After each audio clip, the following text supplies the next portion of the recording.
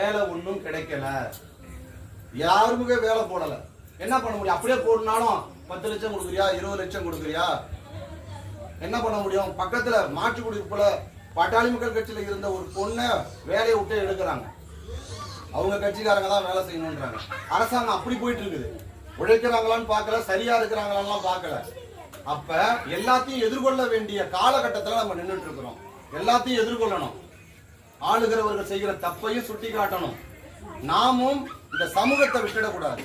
நம்ம ஏற்றம் பெறத்துக்கு ஏதாவது ஒண்ணு செஞ்சுதானே ஆகணும். இப்ப நம்மளுக்கு அடுத்தது வரக்கூடிய சந்ததிகளுக்கு எதையாவது செஞ்சு வைக்கணும்ல, அதைத்தான் ஐயா நினைக்கிறார். மருத்துவர் ஐயா அதை தான் கேட்கிறார்.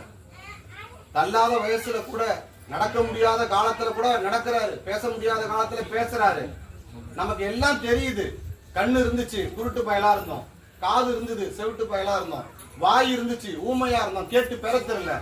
அதனாலதான் அந்த ஊமை ஜனங்களுடைய குரலை முதல் இந்த சமூகத்துல ஒலித்த குரல் யாருன்னா மருத்துவர் ஐயா.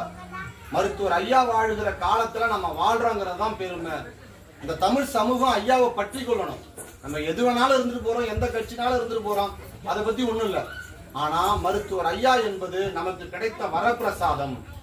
மருத்துவர் ஐயா என்பவர் இந்த சமூகத்துக்கு கிடைச்ச மிகப்பெரிய வரப்பிரசாதம். வேற யாருக்கும் இப்படிலாம் கிடைக்க மாட்டாங்க.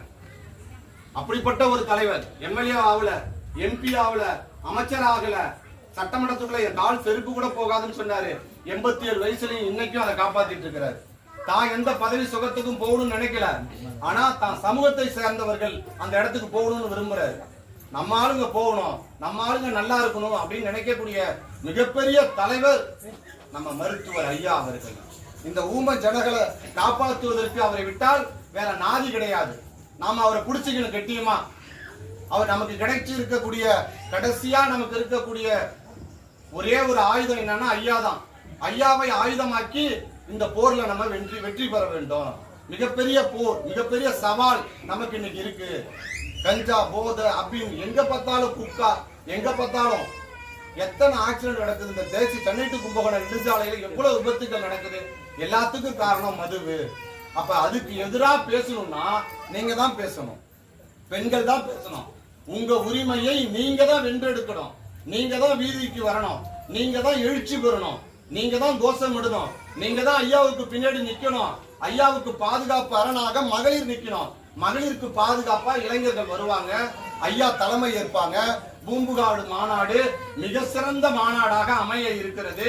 ஒரு ஆளுகிற அரசுக்கு ஒரு அச்சுறுத்தலை கொடுக்கக்கூடிய மாநாடு.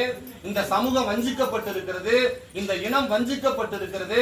நமக்கு தேவையானதை குடுங்கேடு கேட்க போறோம்.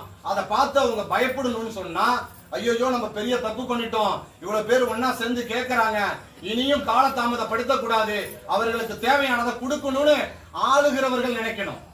அவ்வளவுதான், வேற ஒண்ணுமே கிடையாது. சுலபமா சொல்லணும்னா, ஒரு 100 பேர் நம்ம இருக்கோம்னா 100 பிரியாணி போட்டுல இருந்தா ஆளுக்கு ஒண்ணு பிரிச்சு கொடுக்கணும். அவ்வளவுதான் இடப்பங்கீடு. அதை கொடுக்கல. ஒரே ஆளுக்கு 2ஐயும் ஒரே ஆளுக்கு 3ஐயும் கொடுக்கறான். 10 பேருக்கு இல்லைன்னு சொல்றான். நம்மளாம் வெறுங்கையோட இன்னைக்கு நிக்கிறோம். இங்க எத்தனை பேர் அரசாங்க வேலையில இருக்க சொல்லி பாருங்க, யோசிச்சு பாருங்க. எவ்வளவு பேர் கார் வச்சிருப்போம்? 4 பேர் 3 பேரு. வேற என்ன இருக்கு? ஒரு 10 பேர் வீடு கட்டி இருக்கோம். மீதி 100 பேர் குடிசையில தானே வாழ்றோம். இந்த நிலைமை என்னைக்கு மாறணும்? ஐயா காலத்துல மாறும். மருத்துவர் ஐயா சொன்னா மாறும். மருத்துவர் ஐயா எல்லாத்தையும் மாற்றக்கூடிய வல்லமை கொண்டவர். தமிழ்நாடு அரசியல எப்படி வேணாலும் புரட்டி போடுவார். தோசையை தலைகீழ மாத்துற மாதிரி மருத்துவர் ஐயா நினைச்சா எதையும் மாற்றக்கூடிய வல்லமை படைத்தவர். அவர் யார்கிட்டையும் போய் நிக்க மாட்டாரு. மாநில நிர்வாகி இருக்காங்க, அண்ணன் ஜெகன் இருக்காங்க, மாவட்ட செயலாளர், நீ போய் கூட்டணி பேசலாம் சொல்ல மாட்டாரு. அவங்ககிட்ட போய் சீட்டு கேளு, இவங்ககிட்ட 10 சீட்டு கேளு, அவங்ககிட்ட 20 சீட்டு கேட்க மாட்டாங்க. தமிழ்நாடு அரசு, தமிழ்நாட்டுல யாரா இருந்தாலும் சரி, ஆளுங்கட்சி எதிர்கட்சி எவரா இருந்தாலும் சரி, ஐயாவுடைய கதவை தட்டி ஆக வேண்டும். ஐயாவுடைய காலடியில போய் நிக்கணும். தமிழ்நாட்டு அரசியலுடைய மைய புள்ளியாக மருத்துவர் ஐயா விளங்கி கொண்டிருக்கிறார். இந்திய அரசியலையே தீர்மானிக்கக்கூடிய சக்தியாக ஐயா விளங்கி கொண்டிருக்கிறார். அப்படிப்பட்ட ஐயாவுக்கு பெருமை சேர்க்கணும்னா நீங்க அலலையா வரணும். நம்மளாம் ஒரு உணர்வோட வரணும். பின்தங்கிய மக்களாக வரணும். எம்பிசி மக்கள் பட்டியலின மக்களாக இன்னைக்கு இருக்கிறோம். நாமெல்லாம் என்னைக்கு முன்னுக்கு வர்றது? ஐயா காலத்துல முன்னுக்கு வர வேணாமா? ஐயா மாதிரி ஒரு தலைவர் இனிமேல் நமக்கு கிடைப்பாங்களா அப்படிங்கறத நினைச்சு வரணும். பெரிய ஐயா அழைக்கிறார்.